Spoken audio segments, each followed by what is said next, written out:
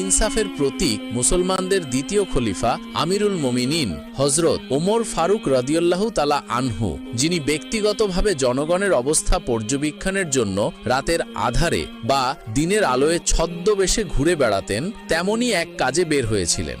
হঠাৎ করেই মরুভূমির সেই জনমানবহীন প্রান্তরের মাঝখানে তার দৃষ্টি পড়ল একটি অতি জরাজীর্ণ ঝুপড়ি ঘরের দিকে। ঘরটি এতই বিচ্ছিন্নভাবে দাঁড়িয়েছিল যে তা দেখে হযরত ওমর অত্যন্ত আশ্চর্য ও বিস্মিত হলেন। তার মনে গভীর কৌতূহল জাগল। তিনি ভাবলেন, এই রুক্ষ শুষ্ক জীবনহীন মরুপ্রান্তরে যেখানে কোনো জনবসতি নেই, সেখানে এই সামান্য কুটিরে কে এমন নিঃসঙ্গ জীবনযাপন করে? কোন প্রয়োজনে বা কোন অসহায়তায় একজন মানুষ এমন স্থানে বাস করতে পারে? দায়িত্বশীল খলিফার অন্তর মুহূর্তেই ব্যাকুল হয়ে উঠল। তিনি দ্রুত পায়ে সেই ঝুপড়ি ঘরের কাছে গেলেন। কপালে চিন্তার রেখা নিয়ে তিনি দরজায় আলতো টোকা দিয়ে নরম কণ্ঠে বললেন, কেউ কি আছেন ঘরের ভিতর?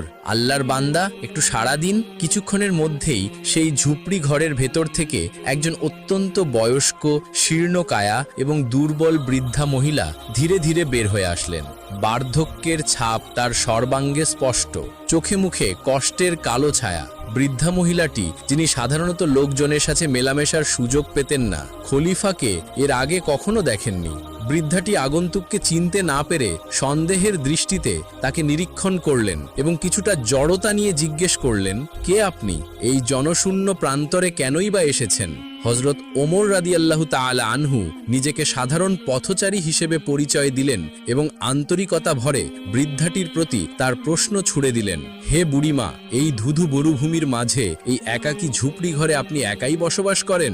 আপনার কি কোনো আত্মীয় স্বজন নেই? আপনার কি এমন কোনো ছেলে মেয়ে নেই যারা এই শেষ বয়সে আপনার সেবা করবে এবং দেখভাল করবে? বৃদ্ধার কণ্ঠস্বর দীর্ঘশ্বাস মিশ্রিত হল। তিনি মাথা নিচু করে বললেন, আমার কপালে সে সুখ জোটেনি বাবা। আমার কোনো আত্মীয় স্বজন নেই, আমার কোনো ছেলে মেয়েও নেই। আমি এই ভাঙা কুটিরের মধ্যে একাই কোনো মতে জীবন মৃত্যুর সন্ধিক্ষণে অসহায় দিনগুলো পার করছি। বৃদ্ধার এই করুণ স্বীকারোক্তি শুনে খলিফার অন্তর কেঁপে উঠল। এটি তো তারই রাজ্যে একজন অসহায় প্রজার অবস্থা। নিজেকে সামলে নিয়ে তিনি আসল প্রশ্নটি করলেন, যেন সেই বৃদ্ধার মুখ থেকেই তিনি প্রশাসনের ব্যর্থতা শুনতে চান। হযরত ওমর রাদিয়াল্লাহু তাআলা আনহু বৃদ্ধাকে সরাসরি জিজ্ঞাসা করলেন, হে বুড়িমা, মদিনার খলিফা হযরত ওমর কি তোমার কোনো খোঁজখবর নেননি? তিনি তো মুসলমানদের দায়িত্বশীল। তিনি কি তোমাকে কোনো প্রকার সাহায্য করার প্রয়োজন বোধ করেননি? বৃদ্ধা মহিলাটি তো সেই আগন্তুককে চিনতে পারেননি। তিনি সরল মনেই তার দীর্ঘদিনের জমে থাকা অভিযোগ ও ক্ষোভ উগরে দিলেন। বৃদ্ধা হতাশ ভঙ্গিতে বললেন, কোন ওমরের কথা বলছো? সে তো কেবল মসনদের খলিফা হয়েছে। আল্লাহ তাকে ক্ষমতা দিয়েছেন, কিন্তু দায়িত্বের গুরুত্ব সে বোঝেনি। এখন পর্যন্ত একটি বারের জন্য সে আমার মতো একজন অসহায় মানুষের খোঁজ খবর নিতে আসলো না। আমি কি খেয়ে বেঁচে আছি, আমি কি পড়ে আছি, আমার কোনোদিন ওমর জানতে চাইল না। সে তার দায়িত্ব পালনে চূড়ান্তভাবে ব্যর্থ হয়েছে। বৃদ্ধা যখন তার খলিফার বিরুদ্ধে এমন তীক্ষ্ণ অভিযোগ এবং নালিশ করলেন, তখন হযরত ওমর রাদিয়াল্লাহু তাআলা আনহুর মনে হলো যেন তার পায়ের নিচ থেকে মরুভূমির সমস্ত মাটি সরে যাচ্ছে।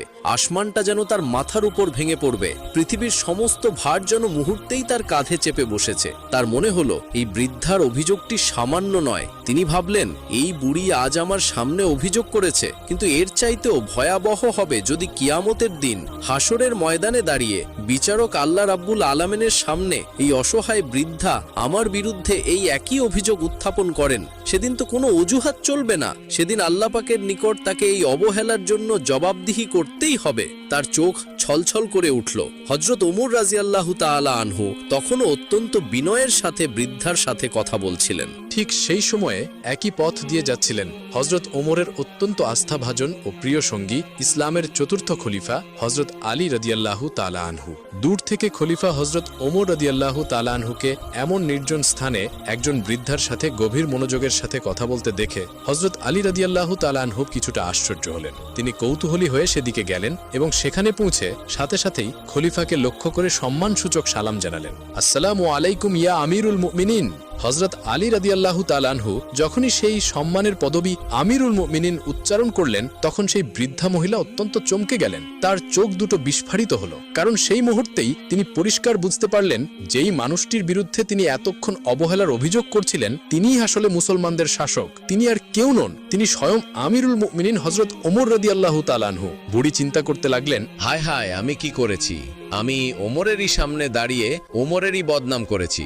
যেই ওমরের নাম শুনলে বাঘে মহিষে এক ঘাটে পানি খায়, হযরত ওমর যে রাস্তা দিয়ে হেঁটে যায় সেই রাস্তা দিয়ে শয়তান 40 দিন যেতে পারে না। আর আমি সেই ওমরের সামনে দাঁড়িয়ে ওমরেরই বদনাম করেছি। বুড়ি অত্যন্ত ভয় পেয়ে গেল এবং বুড়ি ভয়ে কাঁপতে শুরু করলো। বুড়ির চোখ মুখ শুকিয়ে আসলো। বুড়ি কাঁপা কাঁপা কণ্ঠে বলল, ইয়া আমিরুল মুকমিনিন, খালিফাতুল মুসলিমিন, আমি আপনাকে চিনতে পারিনি, এজন্য আপনার সামনেই আপনার বদনাম করেছি। হযরত ওমর রাদিয়াল্লাহু তাআলা আনহু বলল, হে বুড়িমা, তুমি আজকে আমার বিরুদ্ধে যে অভিযোগটা করেছো, এই অভিযোগ যদি তুমি হাসরের ময়দানে দাঁড়িয়ে আল্লাহর সামনে করতে, তাহলে আমি ওমর আল্লাহর সামনে কি জবাব দিয়ে দিতাম? এই বলে হযরত ওমর রাদিয়াল্লাহু তাআলা আনহু 40টি স্বর্ণ মুদ্রা পকেট থেকে বের করে বুড়ির হাতে তুলে দিলেন এবং বললেন, হে বুড়িমা, আমি ওমর তোমার খোঁজ খবর নিতে পারিনি। আমি খলিফা হিসেবে আমার দায়িত্ব ছিল তোমার খোঁজ খবর নেওয়া, কিন্তু আমি ওমর এতদিন তোমার কোনো খোঁজ খবর নিতে পারিনি। হে বুড়িমা, তুমি এই 40টি স্বর্ণ মুদ্রার বিনিময়ে তুমি তোমার অতীতের সকল দুঃখ ভুলে যাও। একদিন বিশ্বনবী সাল্লাল্লাহু আলাইহি ওয়াসাল্লামের কাছে একজন মুসলিম ও আরেকজন ইহুদি জমি সংক্রান্ত একটি সমস্যা নিয়ে বিচারের জন্য নবীজির কাছে আসেন। নবীজি সাল্লাল্লাহু আলাইহি ওয়াসাল্লাম সমস্ত ঘটনার বর্ণনা শুনে রায়টি ইহুদির পক্ষে দিয়ে দেন, কিন্তু মুসলিম ব্যক্তিটি এই রায়ে সন্তুষ্ট হতে পারলেন না। তিনি নবীজির দরবার থেকে বের হয়ে হযরত আবু বকর সিদ্দিক রাদিয়াল্লাহু তাআলা আনহুর কাছে গেলেন। আবু বকর সিদ্দিক রাদিয়াল্লাহু তাআলা আনহুর কাছে গিয়ে বললেন, আমি আর একজন ইহুদির মধ্যে জমি সংক্রান্ত বিষয়ে সমস্যা হয়েছিল, কিন্তু আমি একজন মুসলিম, এটা জেনেও নবীজি সাল্লাল্লাহু আলাইহি ওয়াসাল্লাম রায়টি ইহুদির পক্ষে দিয়ে দিয়েছেন, আমার পক্ষে রায়টি দিল না। আবু বকর, আমি এখন তোমার কাছে এসেছি, তুমি কি এই বিষয়ে কিছু করতে পারবা আমার পক্ষে? তখন আবু বকর সিদ্দিক রাদিয়াল্লাহু তাআলা আনহু ওই মুসলিম ব্যক্তিকে বললেন, যেখানে বিশ্বনবী ফয়সালা করে দিয়েছেন তার উপরে আর কোনো ফয়সালা থাকতে পারে না। ভাই, আপনি এবার আপনার বাড়িতে যেতে পারেন। তখন মুসলিম ব্যক্তিটি এই কথা শুনে আবু বকরের বাড়ি থেকে বের হয়ে আসলেন, কিন্তু সে মনে মনে সন্তুষ্ট হতে পারল না। তাই সে চিন্তা করল হযরত ওমরের কাছে নালিশ নিয়ে যাবেন। এরপর ওই মুসলিম ব্যক্তি হযরত ওমর রাদিয়াল্লাহু তাআলা আনহুর কাছে নালিশ নিয়ে আসলেন। ওমর রাদিয়াল্লাহু তাআলা আনহুকে বাড়িতে দেখে মুসলিম ব্যক্তি তার কাছে বললেন, ওমর, আমি আর একজন ইহুদি ব্যক্তির মধ্যে একটা জমি সংক্রান্ত বিষয় নিয়ে সমস্যা হচ্ছিল। আমরা বিশ্বনবীর কাছে একটা সুষ্ঠু ফয়সালার জন্য গিয়েছিলাম, কিন্তু নবীজি ফয়সালা ঠিকই করেছেন, কিন্তু রায় দিয়েছেন ইহুদির পক্ষে। আমি যে একজন মুসলিম, আমার পক্ষে কোনো রায় দিল না। ওমর, আমি এখন তোমার কাছে এসেছি, তুমি কি আমার পক্ষে কিছু করতে পারবা? তখন হযরত ওমর রাদিয়াল্লাহু তাআলা আনহু আর কিছু না বলে মুসলিম ব্যক্তিকে বললেন, ঠিক আছে ভাই, তুমি একটু দাঁড়াও, আমি ঘর থেকে একটা ফয়সালা নিয়ে আসতেছি। এই বলে হযরত ওমর রাদিয়াল্লাহু তাআলা আনহু ঘরের ভিতরে চলে গেলেন। কিছুক্ষণ পর ওমর রাদিয়াল্লাহু তাআলা আনহু একটি বড় তলোয়ার নিয়ে ঘর থেকে বের হয়ে আসলেন এবং এক কোপে তার শরীর থেকে কল্লা আলাদা করে দিলেন এবং বললেন, তোমার কত বড় সাহস, বিশ্বনবী যেটা ফয়সালা করে দিয়েছে তার বিরুদ্ধে তুমি আমার কাছে নালিশ নিয়ে এসেছো? তোমার বেঁচে থাকার কোনো অধিকার নেই। ওমর রাদিয়াল্লাহু তাআলা আনহু এতটাই নবীজির জন্য পাগল ছিলেন, এতটাই নবীজিকে ভালোবাসতেন এবং নবীজির সমস্ত সিদ্ধান্তগুলোকে চোখ বুঝে মেনে নিতেন। আল্লাহ রব্বুল আলামিনও হযরত ওমর রাদিয়াল্লাহু তাআলা আনহুকে এতটাই সম্মানিত করেছিলেন যে মক্কার সমস্ত কাফেরেরা ওমরের ভয়ে থরথর করে কাঁপতে থাকত। কিছুদিন পরের ঘটনা, একদিন হযরত ওমর রাদিয়াল্লাহু তাআলা আনহু রাস্তা দিয়ে হেঁটে যাচ্ছিলেন এবং সেই একই রাস্তা দিয়ে একজন ইহুদি ব্যক্তি মদ খেয়ে হাঁটছিলেন। ইহুদি ব্যক্তি যখন লক্ষ্য করলেন, দূর থেকে দেখা যায় যে ওমর রাদিয়াল্লাহু তাআলা আনহু এই রাস্তা দিয়ে আসতেছেন, তখন ইহুদি ব্যক্তি থরথর করে কাঁপতে লাগলেন এবং আল্লাহর কাছে বলতে লাগলেন, হে আল্লাহ, আপনি আজকে আমাকে ওমরের হাত থেকে বাঁচান। ওমর যদি জানতে পারে যে আমার হাতে মদের বোতল রয়েছে, তাহলে নিমিষেই আমাকে শেষ করে দিবে। হে আল্লাহ গো, আমি ওয়াদা করেছি আপনি আমাকে আজকে এই বিপদ থেকে বাঁচান, আমি কোনোদিন জীবনে আর মদ পান করব না। কিছুক্ষণ পর ওমর রাদিয়াল্লাহু তাআলা আনহু লোকটির একদম কাছাকাছি চলে আসলেন। তারপরে ওমর রাদিয়াল্লাহু তাআলা আনহু লোকটির হাতে একটি বোতল দেখে জিজ্ঞেস করলেন, হে ভাই, তোমার হাতের মধ্যে এটা কিসের বোতল? তখন ইহুদি লোকটি জবাব দিল, ওমর, আমার হাতের মধ্যে এটা দুধের বোতল রয়েছে। তখন ওমর রাদিয়াল্লাহু তাআলা আনহু ওই ওই লোকটিকে বললেন, তাহলে তুমি তোমার বোতলের মুখাটা একটু খুলে ঢেলে দেখাও। তখন ওই ইহুদি ব্যক্তি ভয়ে থরথর করে কাঁপতে লাগলেন এবং বোতলের মুখাটা খুলে যখন মাটির মধ্যে ওই ভিতরের পানিগুলো ফেলতে লাগলেন, তখন টাটকা দুধ ভিতর থেকে বের হয়ে আসছিল। সুবহানাল্লাহ, সুবহানাল্লাহ। একদা রোমের বাদশাহ হিরাক্লিয়াস তার সভায় বসেছিলেন। হঠাৎ তার মনে একটি প্রশ্ন জাগল। তিনি সভাসদদের জিজ্ঞাসা করলেন, হে আমার প্রজাগণ, তোমরা কি আমাকে একটি সংবাদ দিতে পারবে? প্রজারা বলল, জি মহারাজ, আপনি বলুন। বাদশাহ বললেন, মুসলমানদের সাম্রাজ্য এত দ্রুত বিস্তৃত হচ্ছে, তাদের নেতা নিশ্চয়ই কোনো সাধারণ ব্যক্তি নন। তোমরা কি বলতে পারবে তাদের নেতা কেমন, তাদের সাফল্যের সূত্রটা কি? কিন্তু সভাসদরা কেউই তার উত্তর দিতে পারল না। কিন্তু বাদশাহ এই রহস্য উদ্ঘাটন করতে চাইলেন। তিনি একজন দূতকে ডাকলেন আর বললেন, তুমি এখনই মদিনায় যাও, মুসলমানদের নেতার আচার আচরণ, জীবনযাপন সব জেনে এসো। সে কিভাবে রাজ্য পরিচালনা করে সেটাও জানবে। বাদশাহর আদেশ পেয়ে দূত মদিনার দিকে রওনা হলো। তার সাথে ছিল একটি দ্রুতগামী ঘোড়া। তাই খুব কম সময়ে সে মদিনায় পৌঁছে গেল। মদিনায় পৌঁছে দূত যা দেখল তার জন্য সে মোটেও প্রস্তুত ছিল না। সে ভেবেছিল বিশাল রাজপ্রাসাদ দেখবে, হাজার হাজার প্রহরী দেখবে, কিন্তু সে দেখল মুসলিম সাম্রাজ্যের খলিফা হযরত ওমর রাদিয়াল্লাহু তাআলা আনহু সাধারণ পোশাকে একটি গাছের নিচে মাটিতে শুয়ে বিশ্রাম নিচ্ছেন। দূতের নিজের চোখকে বিশ্বাস হচ্ছিল না। সে আশেপাশের লোকেদেরকে জিজ্ঞাসা করল, ইনি কি আপনাদের খলিফা? লোকেরা বলল, জি, ইনি অর্ধজাহানের খলিফা ওমর রাদিয়াল্লাহু তাআলা আনহু। দূত হতভম্ব হয়ে গেল। সে খলিফার সামনে গিয়ে বলল, হে খলিফা, আপনি ভয় পান না? আপনার আশেপাশে কোনো প্রহরী নেই, এভাবে গাছের নিচে শুয়ে আছেন।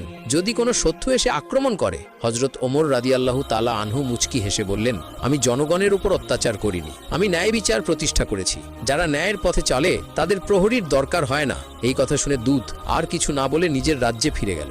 দূত রাজ্যে ফিরে গিয়ে বাদশাহ হিরাক্লিয়াসকে বলল, হে বাদশাহ, আমি এমন এক সম্রাটের দেখা পেয়েছি যার নামে পুরো পৃথিবী কাঁপে, কিন্তু তিনি মাটির ওপর একটি গাছের নিচে শুয়ে বিশ্রাম নিচ্ছিলেন। তার কোনো রাজপ্রাসাদ আমি খুঁজে পাইনি। বাদশাহ অবাক হয়ে জিজ্ঞাসা করলেন, তুমি কি তার সাথে কথা বলেছিলে? দূত বলল, জি, তিনি বলেছেন তিনি ন্যায় বিচার প্রতিষ্ঠা করেছেন, তাই তার প্রহরীর প্রয়োজন নেই। বাদশাহ কিছুক্ষণ চুপ থেকে বললেন, এ নিশ্চয়ই কোনো মহাজ্ঞানী ব্যক্তি হবে, তার জ্ঞানের গভীরতা আমি পরক্ষণে দেখব। অতপর বাদশাহ পুনরায় দূতকে ডাকলেন, তার হাতে একটি চিঠি দিয়ে বললেন, এই চিঠিটি ওমরের হাতে দেবে আর তাকে মুখে একটি প্রশ্ন করবে, আল্লাহ কোন জিনিস দেখেন না? সে যদি উত্তর দিতে পারে আমরা মেনে নেব ইসলাম সত্য ধর্ম।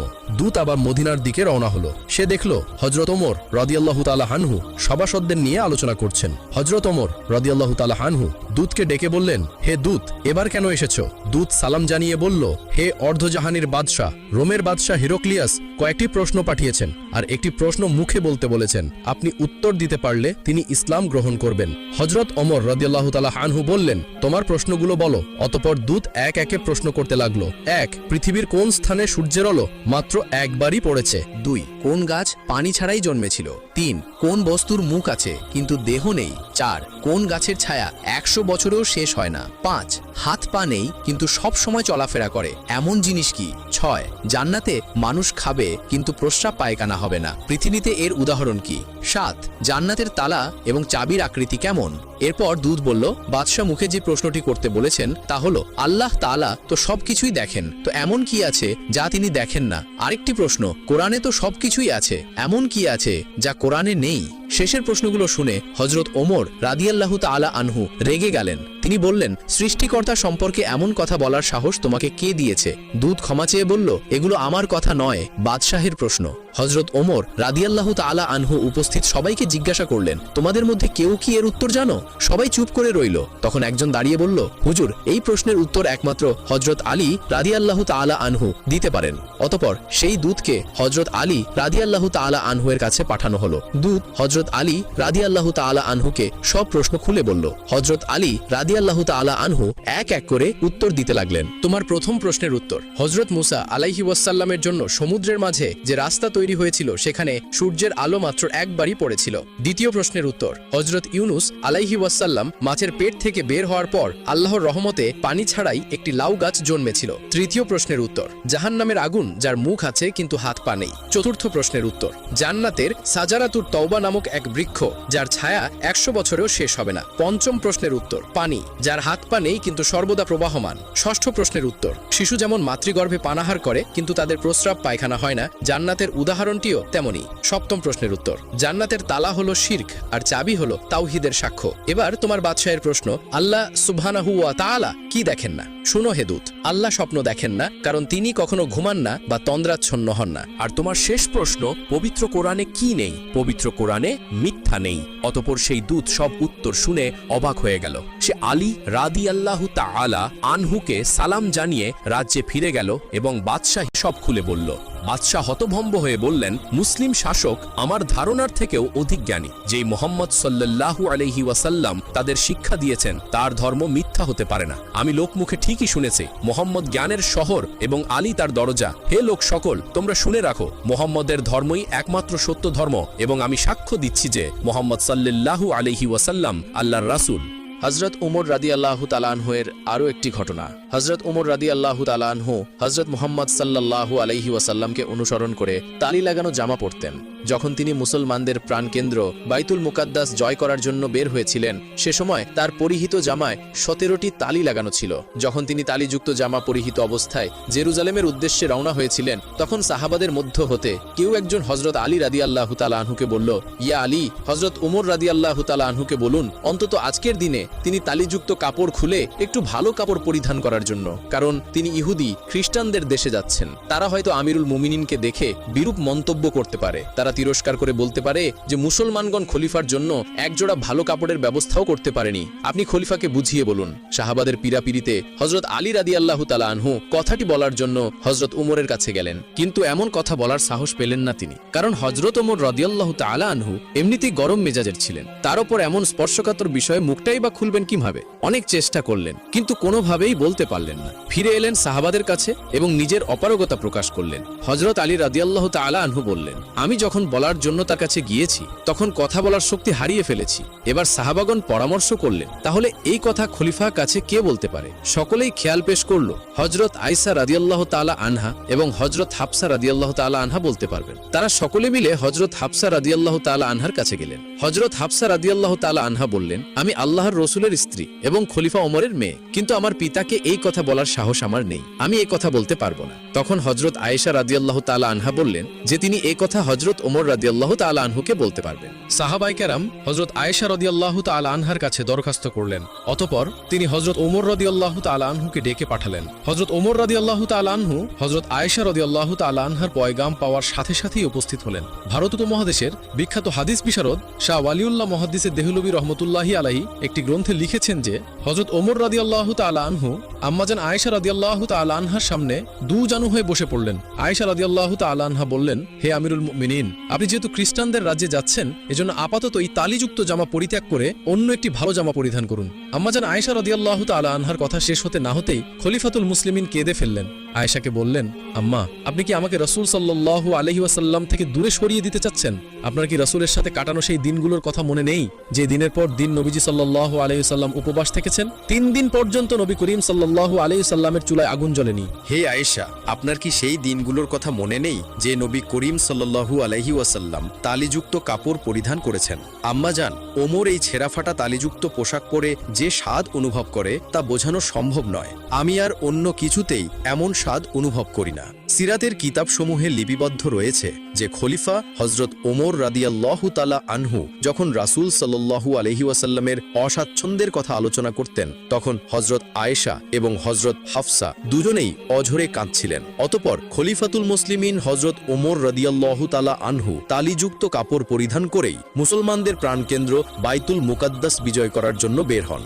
হযরত ওমর রাদিয়াল্লাহু তাআলা আনহু যখন জেরুজালেম শহরে প্রবেশের দ্বার প্রান্তে 20 লক্ষ বর্গমাইলের বিশাল সাম্রাজ্যের খলিফার হাতে উটের রশি, উটের উপর বসে আছেন ভৃত্য মুসলিম বাহিনীর সেনাপতি আবু উবাইদা ইবনুল জাররাহ রাদিয়াল্লাহু তাআলা আনহু লক্ষ্য করলেন খলিফার গায়ে ওটি সাধারণ 17টি তালিযুক্ত জামা। উটের রশি ধরে টানছেন মুসলিম বিশ্বের খলিফা, আর ভৃত্য বসে আছেন উটের উপর। এটা দেখে রোমানরা কি মনে করবে? এসব ভেবে তিনি বললেন, হে আমিরুল মুমিনিন, আমরা এমন এক জায়গায় আছি যেখানে লোকেরা চাকচিক্য পছন্দ করে, মানুষের বাহ্যিক সৌন্দর্য দেখে মানুষের মর্যাদার বিচার করে। তাই আপনি যদি একটু ভালো পোশাক পরতেন তাহলে তা কতই না উত্তম হতো। হযরত ওমর রাদিয়াল্লাহু তাআলা আনহু তখন আবু উবাইদা ইবনুল জাররাহ রাদিয়াল্লাহু তাআলা আনহু এর কথায় রেগে গেলেন, তার বুকে আঘাত করলেন আর বললেন, আমি তোমার পক্ষ থেকে এই কথাগুলো আশা করিনি। এরপর হযরত ওমর রাদিয়াল্লাহু তাআলা আনহু বলেন, আমরা হচ্ছি সেই জাতি যাদেরকে মহান আল্লাহ সুবহানাহু ওয়া তাআলা ইসলাম দ্বারা সম্মানিত করেছেন। আমরা যদি ইসলাম ছাড়া অন্য কোনো উপায়ে সম্মান খুঁজি তাহলে মহান আল্লাহ তাআলা আমাদের অপমানিত করবেন।